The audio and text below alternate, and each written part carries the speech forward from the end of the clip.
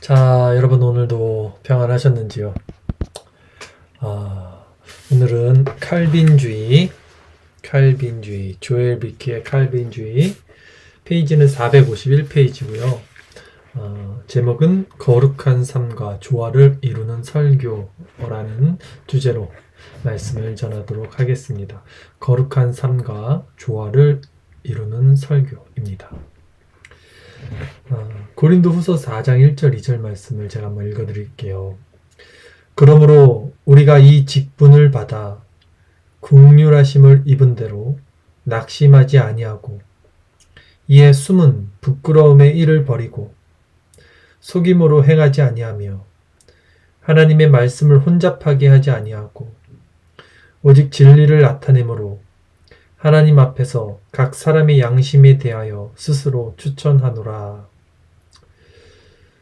자, 진지한 경험적 설교는요, 모든 경박한 행위를 삼가게 합니다. 백스터는 다음과 같이 기록합니다. 나는 이 세상의 모든 설교 가운데 회중에게 하나님의 이름에 대하여 거룩한 경외심을 품게 만들지 않고 도리어 그들을 웃게 만들거나 그들의 마음을 경박하고도 즐겁게 만드는 설교를 가장 혐오한다. 진지한 설교는 인간이 아니라 하나님을 기쁘시게 합니다. 오늘날 복음주의권에 있는 설교들을 우리가 다시 한번 점검해 볼 필요가 있습니다. 누구의 중심의 설교인지, 사람을 기쁘게 하는 설교인지, 사람을 감동시키기 위한 설교인지, 하나님을 기쁘게 하기 위한 설교인지, 하나님의 주권을 올려드리기 위한 설교인지를 우리는 점검해야 됩니다. 하나님께서 이러한 설교의 증인이 되십니다. 모든 가면은 벗겨져야 합니다. 모든 아첨은 혐오되어야 합니다. 백스터의 말을 다시 한번 들어봅시다. 이 중대한 순간에 목사된 우리는 얼마나 분명하고도 엄밀하며 얼마나 심각하게 하나님의 메시지를 선포해야만 하는가. 사랑하는 형제들이여, 죄인들의 마음을 각성시키기에 합당하다고 생각하면서 강단에 올라가기 전에 먼저 하나님의 이름으로 그대들의 마음을 각성시키라. 죄인들의 마음은 각성을 받지 못하면 저주를 받을 것이다. 생기가 없는 게으른 설교자는 졸고 있는 죄인들을 결코 각성시키지 못한다. 여러분이 회중에게 지금 당장 각성하지 않으면 무시무시한 지옥에서 각성하게 될 것처럼 말씀을 선포하라. 이 백스터의 말이 설교자들에게 주는 교훈인데 정말 저는 너무나 좀 창피한 부분이 많습니다. 설교자로서 먼저 설교자의 마음이 하나님의 은혜 가운데 거하면서 하나님을 경외하는 심령이 있어야만 그 설교에 힘이 들어갑니다. 날마다 그럴 수 있으면 좋을 텐데 또 그럴 수 없을 때가 있고요. 또 그러함에도 하나님의 은혜로 말씀을 전하고, 또 그것보다 더 부끄러운 것은 사실 설교자의 말입니다. 그 말하는 대로 살아가지 못하는 그 자신의 모습을 성도들이 보는 것이 가장 비참합니다. 설교자가 전하는 진리, 올바른 교리를 전하고 자기 자신도 스스로 속고 또 기만하여 그것을 자신의 삶으로 나타내지 못할 때가 있습니다. 그러나 저는 그것만으로 그것이 거듭나지 못했다라고 생각하진 않아요. 다시 말해서 거듭난, 중생받은 설교자도 여전히 육신 가운데 있기 때문에 그런 그 설교 진리를 전한 말과 그의 행동이 부합하지 못할 때가 있을 수 있다라는 것이 제 생각입니다. 사도 베드로도 예수님을 그 디베라 바닷가에서 예수님에게 다시 사도직을 받고도 육체의 어떤 그 겉사람의 소욕이 남아 있어서 바울에게 책망받았던 일을 또 기억하면 분명히 이 설교자가 그 말한 것과 행동이 일치돼야만 그 설교자는 중생과 회심을 받은 참된 목사다라고 말할 수는 없을 거라 생각합니다. 그러나 제가 이 말씀 드리는 것은 면죄부를 스스로 주기 위함이 아니라 그러함에도 정말 거듭난 중생받은 그 진리를 깨달은 하나님을 바로 아는 지식을 가진 그 설교자는 언제라도 자신의 모습이 이제 깨달아지고 하나님의 은혜로 말미암아 그것이 드러났을 때 어떤 자리에서도 언제라도 다시 자리를 돌이키고 하나님을 향해 자세를 바로잡고 잘못을 회개하고 그럴 수 있는 마음이 있다고 생각을 하는 거예요. 그런 부분에서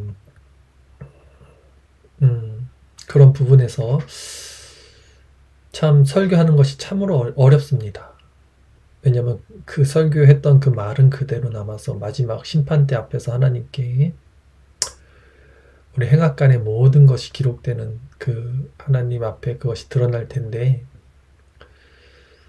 우리가 그것을 지킬 수 없지만 설교자나 청중들이나 정말 늘 언제라도 하나님이 빛이 비춰주셔서 우리의 죄가 드러난다면 그 자리에서는 돌이킬 수 있는 마음을 허락해 주시기를 바랍니다. 이런 말씀 한번 드리고 싶었어요. 또 이어서 말씀을 드리겠습니다. 거룩한 삶과 조화를 이루는 설교에 대해서 오늘 말씀을 전하는데요.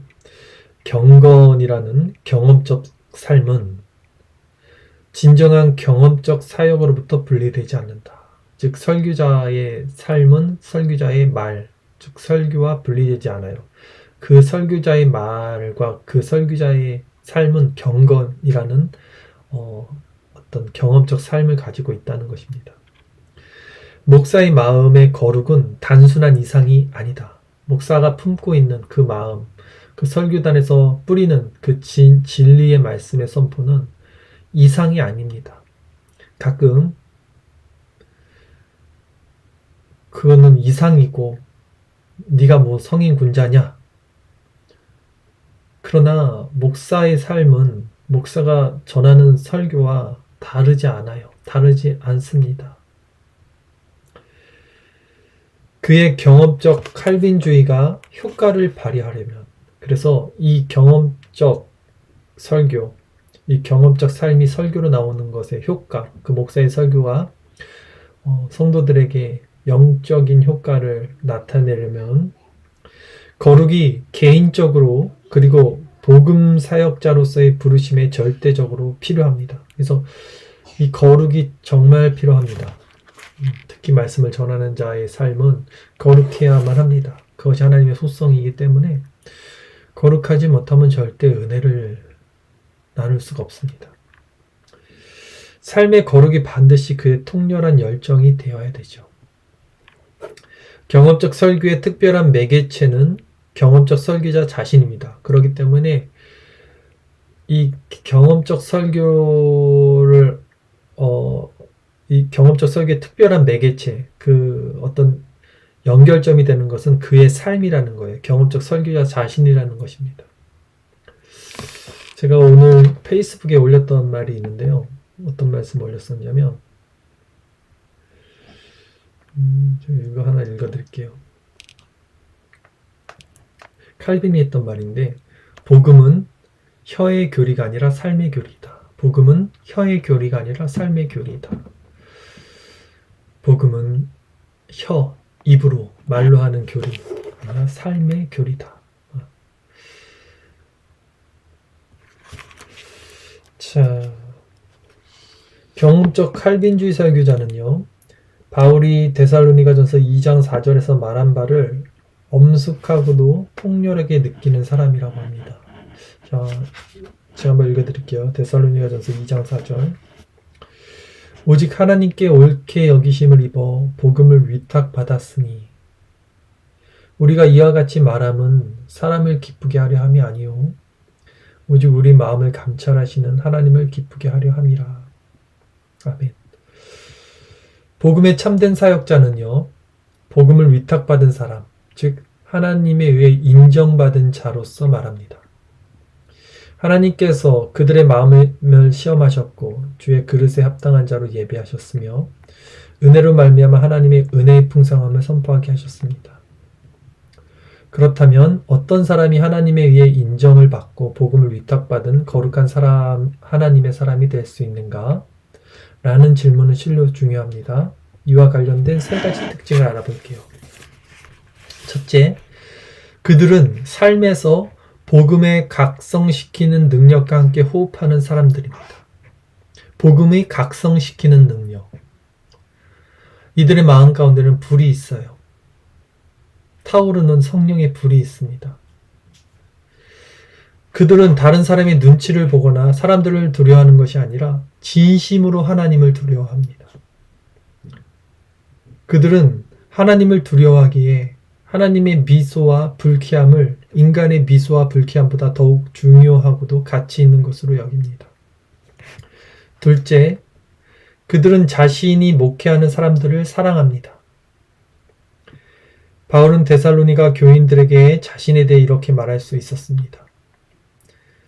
데살로니가전서 2장 8절 우리가 이같이 너희를 사모하여 하나님의 복음뿐 아니라 우리의 목숨까지도 너희에게 주기를 기뻐함은 너희가 우리의 사랑하는 자 됨이라. 경험적 설교자에게서 냉담함은 찾아볼 수 없습니다. 그에게 목회적인 서먹함은 존재하지 않습니다. 팩스터는 이렇게 말합니다. 우리의 목회 사역은 전적으로 백성들을 향한 부드러운 사랑으로 수행되어야 한다. 그들은 우리가 그들의 구원과 비교해서 단순히 외면적인 것, 즉 재물이나 자유나 명예나 생명에 신경 쓰는 것이 아님을 알아야 한다. 셋째, 그들의 삶에서는 이게 지금 목회자를 말하는 거예요. 그들의 삶에서는 성장하는 경험이 나타납니다. 성장하는 경험. 제임스 트컬거는 이렇게 말합니다. 성장하는 능력을 가진 사역이 되기 위해서는 반드시 성장하는 경험이 있어야 한다. 사역을 위한 능력은 비밀스럽게 얻어지는 것이다. 회중은 목사들이 왜 그 모든 은사들을 가지고 자신들에게 종교적 감동을 주지 않는지 알지 못할 것이다. 그 이유는 영적 권세와 능력이 목사들 자신에게서 나오는 것이 아니기 때문이다. 하나님의 말씀과 그분의 메시지를 선포하도록 부르심을 받은 사람의 마음과 인격과 삶에는 모순이 없어야 한다고 성경은 말씀합니다. 예수님은 그들이 전파한 대로 행하지 않는 바리새인들과 서기관들을 책망하셨습니다. 예수님은 그들의 말과 행위의 불일치, 즉 그들이 직업적으로 선언하던 것과 그들의 삶에서 나타나는 행동 사이의 모순을 비난하신 것입니다. 직업적인 목사는 그 어떤 사람보다 더욱더 이러한 그리스도의 통렬한 책망을 마음에 담아야 할 것입니다. 마태복음 23장 2절 3절 서기관들과 바리새인들이 모세의 자리에 앉았으니 그러므로 무엇이든지 그들이 말하는 바는 행하고 지키되 그들이 하는 행위는 본받지 말라. 그들은 말만 하고 행하지 아니하며. 목회자들은 하나님과의 개인적인 관계 속에서 가정에서 남편과 아버지로서의 역할 속에서 그리고 교회 강단에서 영혼을 돌보는 목자로서 경험적으로 거룩해야 할 부르심을 받은 사람들입니다. 따라서 그들의 소명과 삶, 그들의 신앙 고백과 실제적 행동에 모순이 존재해서는 안 됩니다.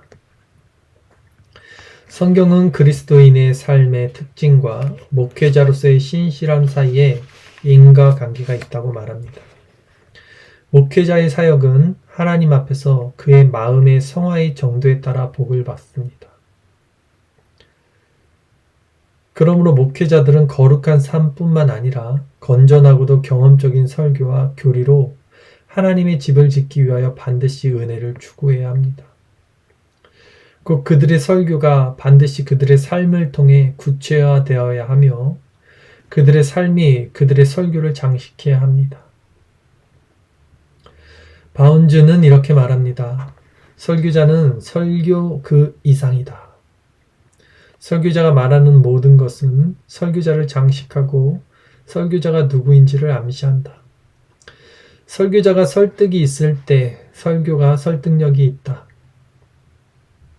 설교자가 거룩할 때 설교가 거룩해진다. 설교자가 신적인 감동으로 충만할 때 설교가 신적 감동으로 충만해진다. 설교자를 떠나서는 설교가 생명을 주는 능력을 나타낼 수 없다. 존 보이스는 이 모든 것을 종합하여 다음과 같이 요약합니다. 가장 최선의 삶을 사는 사람이 가장 설교를 잘하는 사람이다. 목회자의 삶은 설교와 불가분의 관계다. 이 말이죠. 목회자들은 반드시 그들의 설교를 스스로에게 적용하고 자신이 설교하는 대로 살아가야 합니다. 그들의 마음은 반드시 그들이 선포하는 설교의 증명서가 되어야 합니다. 존 오웬은 다음과 같이 경고합니다. 만일 목사가 올바르게 설교하고서도 어리석게 살아간다면 낮에 교리를 세웠다고 해서도 밤이 되면 그 삶이 더욱 심하게 무너질 것이다.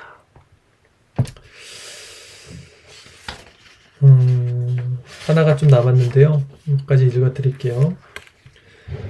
경험적 칼빈주의 설교자들은 올바르게 설교하고 사람을 그리스도께로 인도하며 성도를 성숙하게 하는 일에 있어서 자신의 무능력을 절실하게 경험하는 사람들이다. 이 말씀은 위로가 되네요. 그들은 거듭남과 회심에 관한 자신이 철저하게 성령님께 의존해야 하는 존재임을 안다. 그들은 성령님만이 죄인들로 하여금 구원을 추구하도록 설득하고 부패한 의지를 새롭게 하며 영적 진리들을 돌박 같은 마음속에 심을 수 있는 분이심을 믿는다. 토마스 왓슨의 말처럼 목회자들이 인간의 마음을 두드리면 성령께서 열쇠를 가지고 오셔서 문을 열어주시는 것이다. 한편 패커는 인간이 만드는 영혼 구원에 대해 다음과 같이 진술한다. 심리적 압박을 행사하여 무언가를 결심하게 만드는 모든 장치들을 제거해야 한다. 인본주의죠. 그것은 성령님의 영역을 침범하는 뻔뻔스러운 짓이다. 이러한 압박은 매우 위험할 수 있다. 패커는 계속해서 말한다. 그것이 결심이라는 외면적인 형식을 낳을 수는 있지만 마음의 변화와 거듭남을 가져올 수는 없다. 그리고 이러한 결심이 점점 약화될 때 그들이 발견하는 것은 오히려 복음을 향한 냉담함과 적개심이다. 결국 패커는 이렇게 결론 내린다.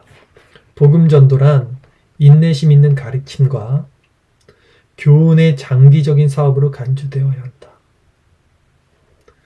하나님의 종들은 복음의 메시지를 전달하고 그것을 적용함에 있어서 신실함만을 추구해야 하며 자신의 방법과 능력으로 전달된 메시지를 사용하여 인간을 믿음으로 인도하는 일은 오직 하나님의 영이신 성령님께 맡겨야 한다.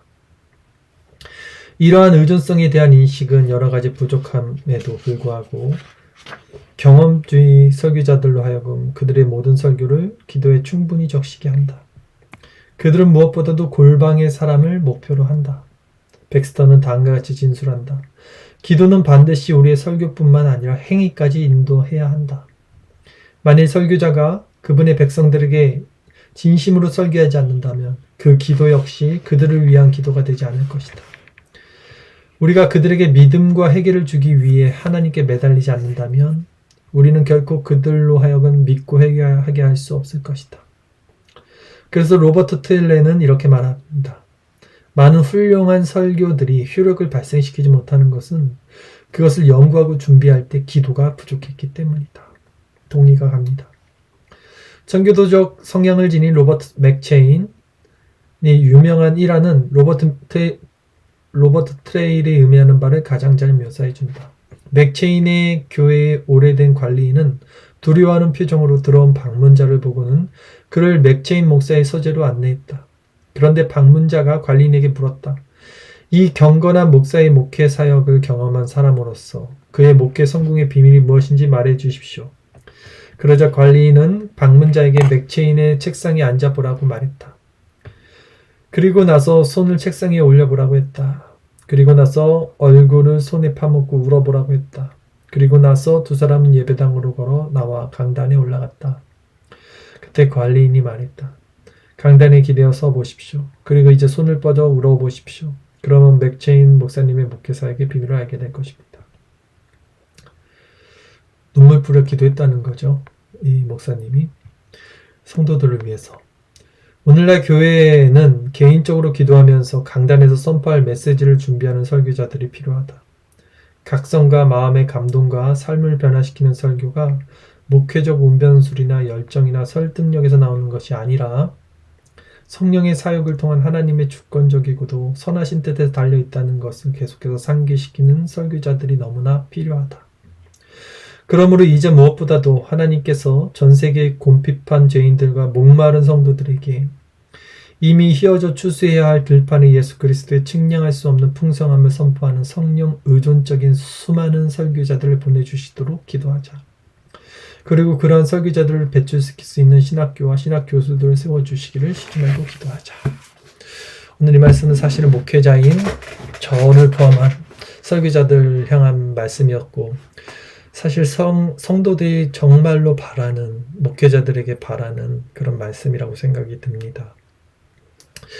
설교자로서 목회자로서 정말 부끄럽고 발가벗겨졌고 숨을 데가 없는 그 자리에서 외식하는 신앙인이 되지 않겠습니다. 말씀을 통해서 더 기도의 자리로 가고 더 삶으로 그 삶을 누리는 것을 통해서 설교를 할 수 있도록 더 그리스도를 바라보겠습니다. 자기 변명은 아니고 잠깐 말씀을 드리면 설교자는 결국 그 말이지만 그 삶으로 설교를 한다고 오늘도 말씀에 나왔듯이 저도 그렇게 생각을 합니다. 저는 한 가지는 말할 수 있을 것 같아요. 내가 진짜다. 내가 뭐 바른 설교를 전하고 삶으로도 그렇게 산다. 이 말씀 드리는 것이 아니라 제가 분명히 한 가지만 말씀드릴 수 있는 것은 저는 이제 사역을 시작한 지 15년이 된 것 같아요. 거의 15년이 됐고 그 전에도 이제 청년 때부터 뭐 예배 인도자나 뭐 찬양 인도를 많이 했긴 했어요. 근데 본격적으로 신학을 하고 전도사로서 설교를 하고 이랬던 거는 이제 한 15년이 됩니다. 근데 저는 15년 동안 정말 똑같은 설교를 전하고 있어요. 15년 전에 했던 설교 내용과 지금 전하는 설교가 너무 똑같아요. 저는 중생과 회심, 또 기도, 성령으로 충만한 기도의 원리와 하나님 나라에 대한 성화, 이런 관점으로 15년 동안 설교를 했고 다른 건 전한 적이 없습니다. 그런 측면에서는 저는 한 가지 오직 그 진리만 전했음을 말할 수 있을 것 같아요. 그리고 앞으로도 죽을 때까지 저는 크게는 중생과 회심 그리고 성화 이 두 가지를 가지고 설교를 전하게 될 것입니다. 저에게는 분명히 그것이 있습니다. 하나님 나라가 무엇이고 하나님이 누구신지 물론 우리가 부분적으로 알고 올바르게 내가 하나님을 다 안다 말씀드리는 건 아니지만 사람들이 하나님을 안다 신앙이 있다 그렇게 말할 때 그들의 신앙이 무엇인지 그들이 잘못된 관점이 무엇인지를 이렇게 보여져요. 근데 이게 보여지는 게 저는 목회자에게 하나님이 주신 은사라고 생각합니다. 왜냐하면 이게 보여지지 않으면 설교를 전할 수가 없잖아요. 내가 지금 그 신앙으로 살아간다와 별개로 하나님이 어떤 분이신지에 대한 아는 지식이 있다는 말씀을 드리는 것입니다. 그래서 그렇게 살지 못하고 그렇게 신앙생활하지 않는 사람들을 분별하고 보여진다는 말씀을 드린 겁니다. 그래서 많이 안타깝죠. 하지만 그들의 모습을 정죄할 수 없는 것이 또 아까 말씀드린 대로 하나님의 뜻도 아니고 교회에서 항상 그 성도들을 귀하게 여겨야 되는 균형이 있어야 되고 또 나아가서는 그 정죄하는 모습 가운데 저희 비참함과 나 역시 그렇게 바리새인처럼 율법적으로 하나님을 섬기는 모습이 또다시 드러나기 때문에 많은 고민과 고통, 연단과 수련을 통해서 이 자리까지 오고 앞으로도 계속 가게 될 것 같습니다. 그러면서도 분명한 것은 아까 말씀드렸듯이 늘 마음이 낮아져서 결국 그리스도를 바라보게 되고 어떤 순간이라도 우리의 죄가 드러난다면 그 자리에서 내가 취했던 모든 것들을 내려놓을 마음의 준비는 항상 하고 있습니다. 어떤 자리에서든 나의 소유를 내려놓고 다시 원래 처음 마음처럼 그리스도만 바라보고 그리스도만 따라가는 그 삶의 자세를 늘 마음에 품고 사역을 하고 있어요. 오늘 이렇게 말씀을 전했습니다. 우리 잠깐 기도하시고 한 10분 정도 기도하시고요. 또 줌으로 모임 또 은혜 나누도록 하겠습니다.